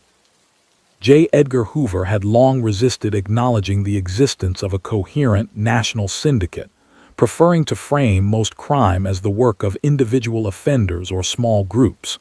But cases like Gioe's, linking a Chicago outfit veteran, interstate gambling rackets, and a Texas homicide, made that stance increasingly hard to maintain. Within a few years, another event would force the issue even more dramatically. In November 1957, state police in upstate New York stumbled onto a meeting of dozens of organized crime figures at the home of Joseph Barbara in the small town of Appalachian. The raid on that gathering, later known simply as the Appalachian Meeting, startled the public and embarrassed federal officials who had downplayed the idea of a national syndicate. Men connected to major underworld organizations in New York, Buffalo, Cleveland, Tampa, and elsewhere were detained and questioned as they tried to flee across lawns and into surrounding woods. Chicago's presence at Appalachian was real but, by design, limited and discreet. The outfit's top leadership tended to avoid such large, conspicuous gatherings, preferring to maintain a lower profile. Nonetheless, the raid confirmed what investigators in cities like Chicago and Dallas had long suspected. The networks within which figures like Charles "Cherry Nose" Gioe had operated were not isolated clusters, but parts of a more integrated system. The revelation gave fresh momentum to congressional inquiries and to internal FBI efforts to build a more systematic program against organized crime. In that emerging picture, the Hollywood extortion case, where Gioe had played a central role a decade earlier, was reinterpreted as one of the first clear national-scale rackets to be successfully prosecuted. Legal scholars and law enforcement officials saw in it a template, a combination of financial investigation, pressured insider witnesses, and conspiracy charges that could reach beyond the immediate front men. The case had shown that it was possible to connect union manipulation, employer payments, and distant underworld bosses into a single narrative that a jury could understand and accept. This model informed the work of the Senate's McClellan Committee in the late 1950s, formerly the Select Committee on Improper Activities in Labor and Management. Chaired by Senator John McClellan and staffed prominently by a young Robert F. Kennedy, the committee dug into corruption in unions such as the Teamsters, the bakery workers, and others. Although Charles "Cherry Nose" Gioe was no longer alive when those hearings began, his earlier activities stood in the background as part of the institutional memory of how organized crime and corrupt union leaders could work together. In testimony and reports, the committee repeatedly referenced the Hollywood labor racket as a cautionary example. It highlighted how control of a union like IATSE had allowed the Chicago outfit to use the threat of strikes to extort the movie industry. The names of Biaf and Brown reappeared in discussion, along with those of Ricca, Campagna, and in some accounts, Gioe himself. The committee's work helped shape public understanding of labor racketeering, not as isolated cases of bribery, but as a systematic strategy in which criminal organizations sought long-term influence over unions as a source of power and income.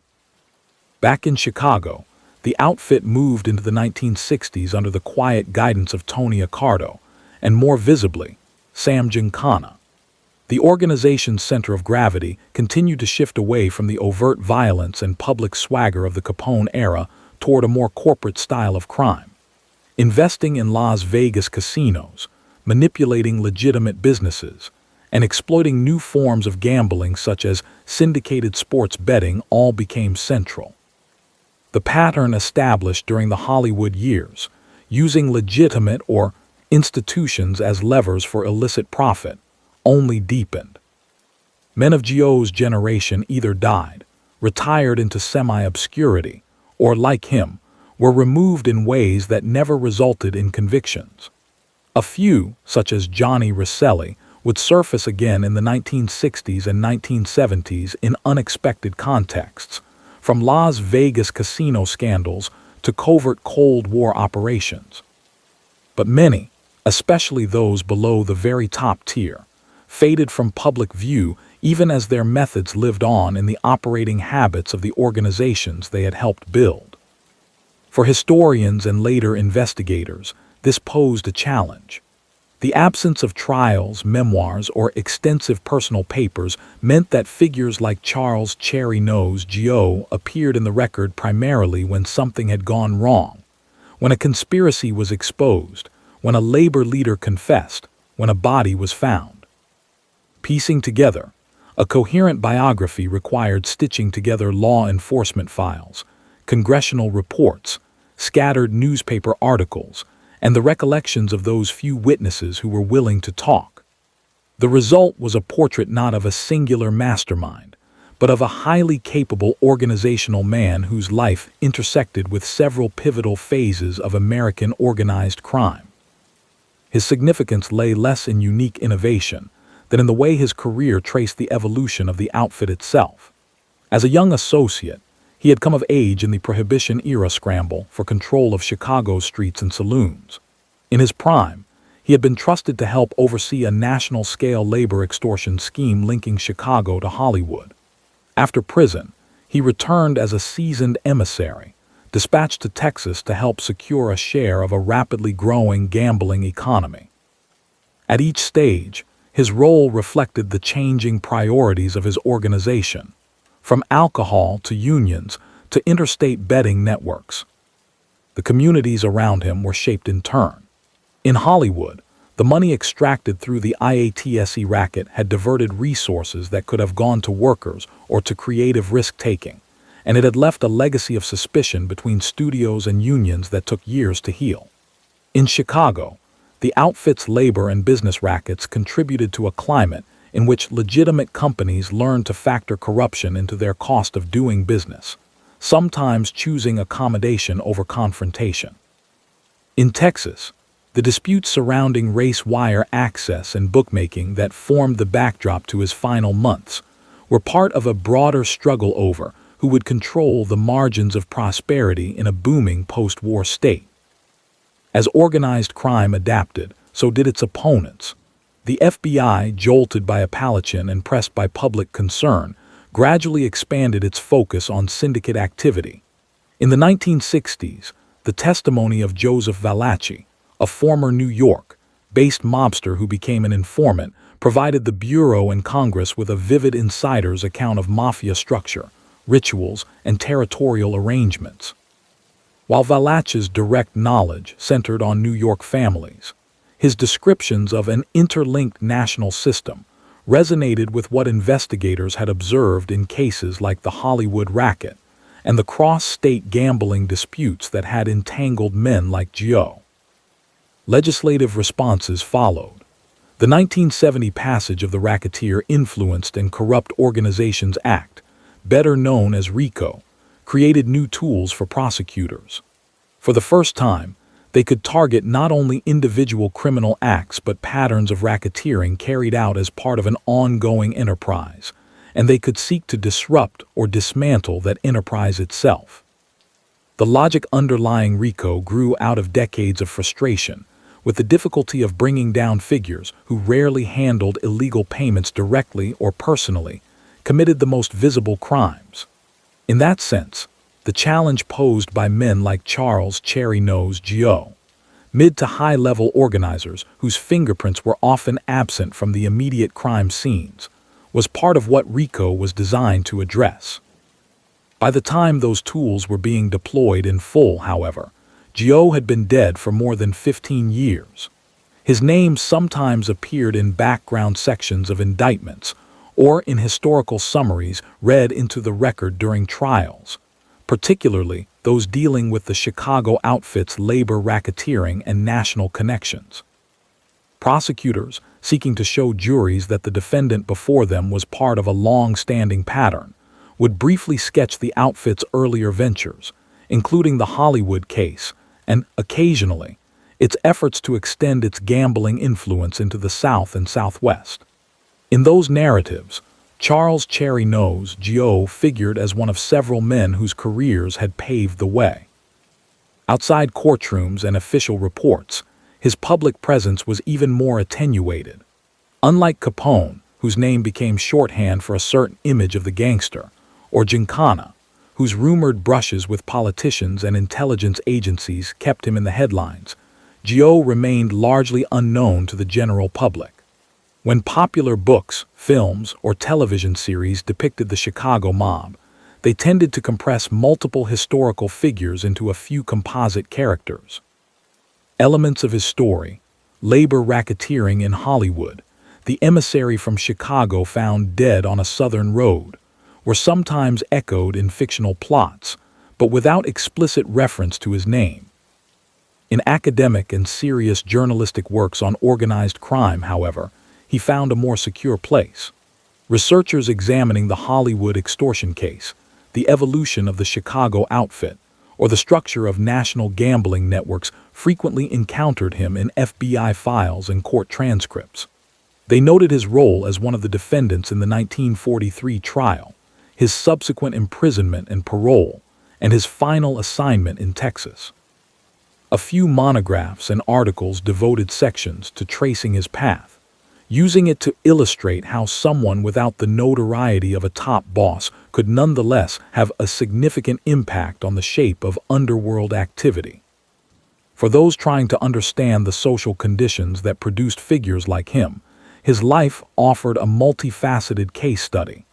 His early years illustrated how poverty, discrimination, and fragmented civic institutions in early 20th century Chicago created an environment in which criminal organizations could present themselves as alternative systems of opportunity and protection.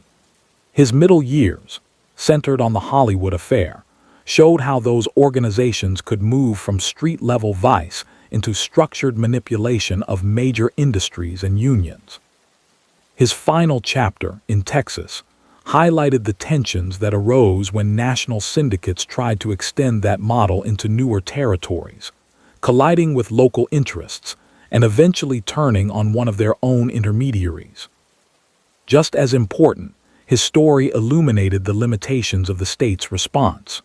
Across multiple decades, despite growing public awareness and some notable legal victories, law enforcement often found itself one step behind. The Hollywood case had been a breakthrough, but it did not prevent the outfit from regrouping and shifting its focus. Committees like Kefauver's and McClellan's had pulled back the curtain on organized crime and labor corruption. Yet men like Gioe could still travel between states, broker deals, and, in his case, be killed without anyone ever being held legally responsible. In that sense, his life and death underscored a central paradox of mid-century organized crime in America. Figures like Charles "Cherry Nose" Gioe operated in the shadows, yet their influence touched industries, unions, neighborhoods, and even cultural institutions that most citizens encountered every day. They were, in many respects, products of the same social and economic forces that shaped ordinary lives: mass immigration, industrialization, urban political machines, and the uneven distribution of opportunity. But they chose, and were enabled by others to choose, a path that harnessed those forces for systematic exploitation rather than for shared gain. By the late 20th century, when historians and investigative journalists began to assemble more complete narratives of the Chicago outfit and its national connections, his name reappeared in footnotes and index entries, a reminder that the story of organized crime was not only about the famously flamboyant or the spectacularly violent. It was also about men like Charles Thomas "Cherry Nose" Gioe, whose careers wove through the quieter, less dramatized spaces where illicit power attached itself to legitimate structures. Union halls, studio boardrooms, betting parlors, and hotel lobbies in cities hundreds of miles from the streets where they had grown up. In looking back over the arc of Charles Thomas Cherry Nose Gioe's life, what emerges is not the story of a singularly brilliant mastermind or an inexplicable eruption of evil, but of a man whose choices intersected, at each stage, with larger currents in American society. He was born into a world of tenement overcrowding and limited horizons for Southern Italian immigrants, came of age in a city where the line between politics and crime was thin, and rose within an organization that learned, over decades, how to turn the structures of modern life, unions, corporations, entertainment industries, into instruments of quiet exploitation. To understand his significance, it is necessary to keep that interplay between individual and structure in view. On the level of personal decision, he made repeated, clear choices. As a young man in Chicago, he did not merely live alongside the outfit. He entered its service, embracing a way of life that depended on intimidation and the extraction of money from others. He traveled when asked, enforced when told, and accepted the risks inherent in a career that could bring sudden wealth but also long prison terms or death. When caught up in the Hollywood extortion prosecution, he maintained his loyalty to his superiors rather than turning state's evidence, a decision that earned him standing in the underworld but cost him years behind bars and narrowed his late life options. Yet those decisions were made within a framework that had been constructed long before he reached adulthood. Chicago's Prohibition-era bootlegging battles created the first generation of men who treated crime as a full-time business rather than a sporadic sideline. City political machines, dependent on votes delivered in blocks and sometimes on the muted threat of street violence, integrated such men into a broader economy of favors. The collapse of that system after Capone's downfall did not end the underlying dynamics, it merely redirected them. Organizations like the outfit turned their attention to fields where coercion could be more easily disguised: gambling, labor relations, and the murky zone where legitimate and illegitimate money mixed. In that shift, labor racketeering occupied a central place, and it was here that Charles Cherry Nose Gioe's path intersected with some of the most consequential developments of his time. The Hollywood case in which he was convicted revealed both the vulnerability of unions and industries to organized manipulation and the capacity of the federal government, when it focused its efforts, to uncover and prosecute such schemes. For years, studio executives had paid to avoid strikes that might halt film production or block distribution to theaters. Union leaders had accepted those payoffs, diverting money that might have funded strike funds or health benefits into personal luxuries and into the coffers of the outfit. When the scheme was exposed, it prompted reforms not only in IATSE, but across the labor movement. Stricter financial reporting requirements, closer oversight by parent federations, and greater attention from the Labor Department and the Justice Department all followed, in part, from the recognition that unions could be captured by criminal elements if left unchecked. The McClellan Committee's hearings in the late 1950s, which shone a harsh light on the connections between organized crime and certain Teamsters locals, built on the lessons of Hollywood. That control of a union equated to leverage over entire industries, and that this leverage could be abused in ways that harmed both workers and employers. Charles Gioe's role in that story was as one of the conduits through which outfit influence flowed. He did not design the overall plan. The initiative came from leaders like Ricca and Nitti. Nor did he serve as the public face. That task fell to Bioff and Brown. But he was part of the mechanism by which money and instructions moved between Chicago and Hollywood, by which studio executives learned what was expected of them, and union intermediaries were reminded who ultimately held their leash. Without men like him, trusted, mobile, and able to operate in distant cities, the outfit's ambitions might have remained confined to Chicago's neighborhoods. The same pattern repeated in his final years. As the outfit sought to solidify or extend its influence over illegal gambling in Texas, it needed someone who could embody Chicago's authority, negotiate with local figures, and, if necessary, convey the implicit threat that refusal would carry consequences. Sending such a man was always a calculated risk. If he succeeded, profits flowed. If he failed, he could exacerbate tensions or attract the kind of attention that criminal organizations prefer to avoid. In choosing Charles Gioe for that role, outfit leaders leaned on his history. He had navigated high-stakes dealings before, and in their eyes, had proven willing to pay the personal price when things went wrong. The outcome in Texas underscores the inherent instability in that arrangement. Whether his killing was driven primarily by local resentment, internal outfit calculations, or some mixture of the two, it grew out of conflicts that his very presence helped crystallize. Local bookmakers who bristled at Chicago's demands saw in him the personification of those demands. Outfit figures who worried about the fallout from continued friction in Texas saw in him a potential fulcrum, either a man who could resolve the situation or, failing that, a figure whose removal might diffuse it. In the event, his death did not produce a wave of retribution or a collapse of gambling networks. Business adapted, leadership shifted, and profits continued to be made. For law enforcement and the broader public, cases like his had a cumulative effect. They chipped away at romanticized images of the gangster as an isolated outlaw, operating outside the structures of respectable society. The Hollywood extortion trial made clear that suits in studio offices and union headquarters could be as deeply implicated in criminal enterprise as gunmen on Chicago streets.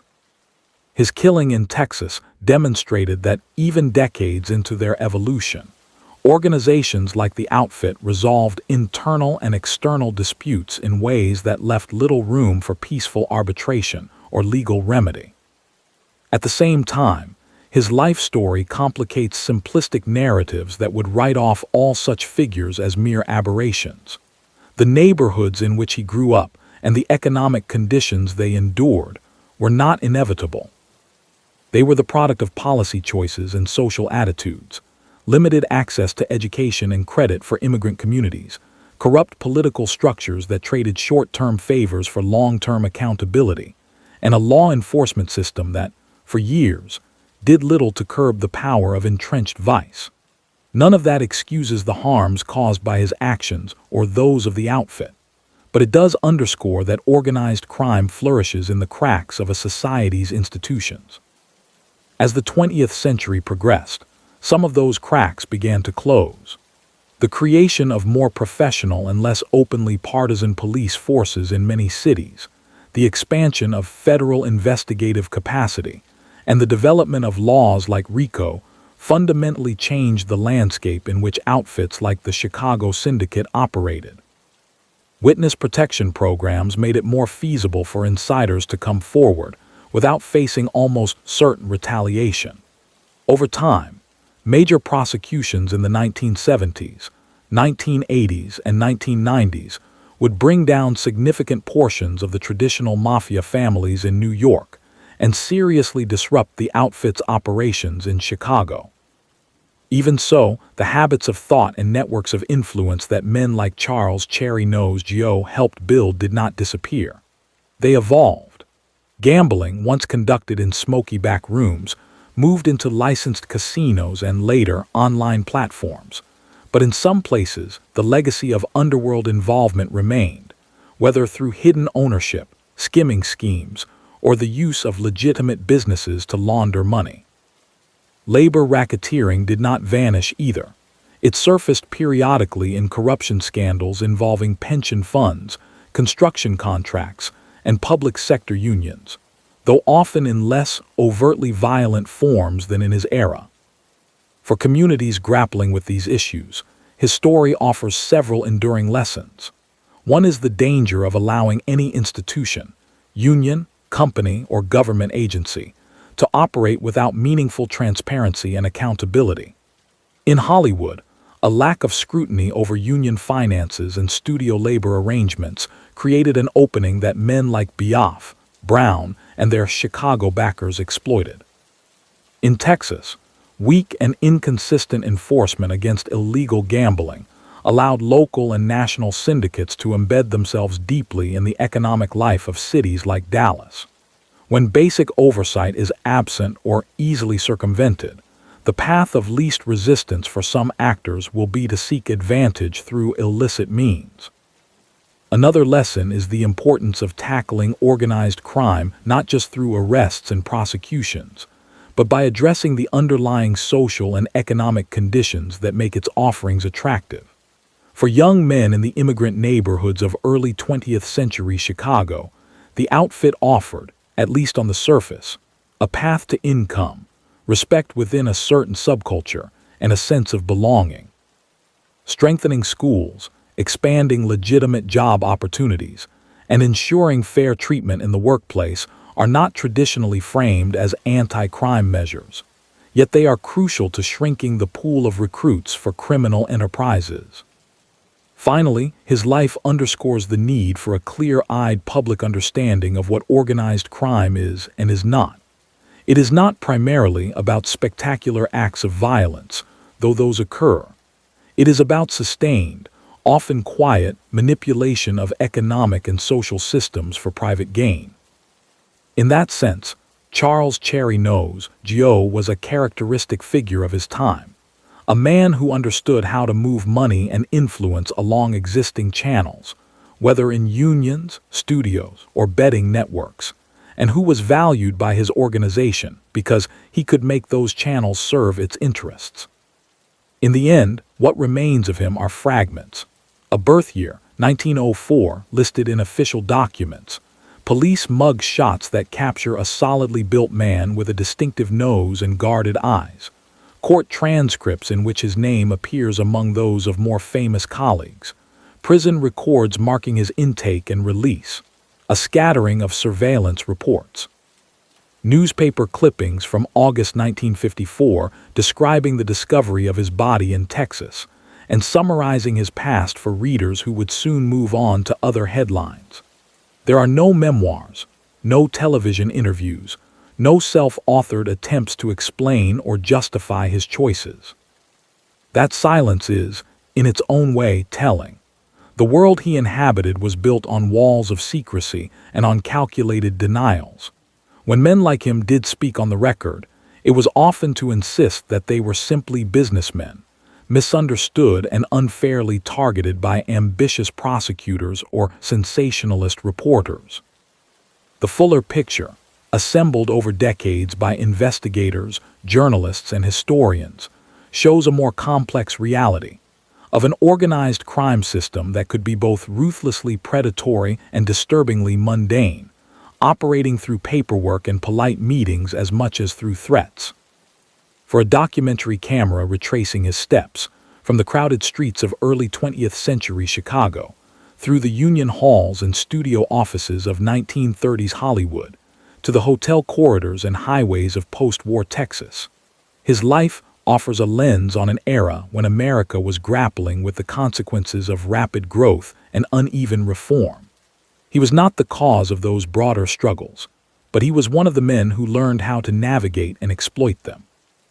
To tell his story accurately is not to celebrate him, but to illuminate the conditions that allowed him and others like him to thrive, and to reflect on the long, unfinished work of building institutions strong enough, fair enough, and transparent enough to resist such corrosive influence. In that sense, the figure of Charles "Cherry Nose" Gioe stands as both a warning and a reminder of what can happen when power, whether in labor, business, or government, is left unchecked and unexamined, and a reminder that the fight against organized crime is never solely about the capture of individual men, however notorious, but about the continual effort to close the gaps in law, policy, and opportunity through which entire systems of exploitation can take root.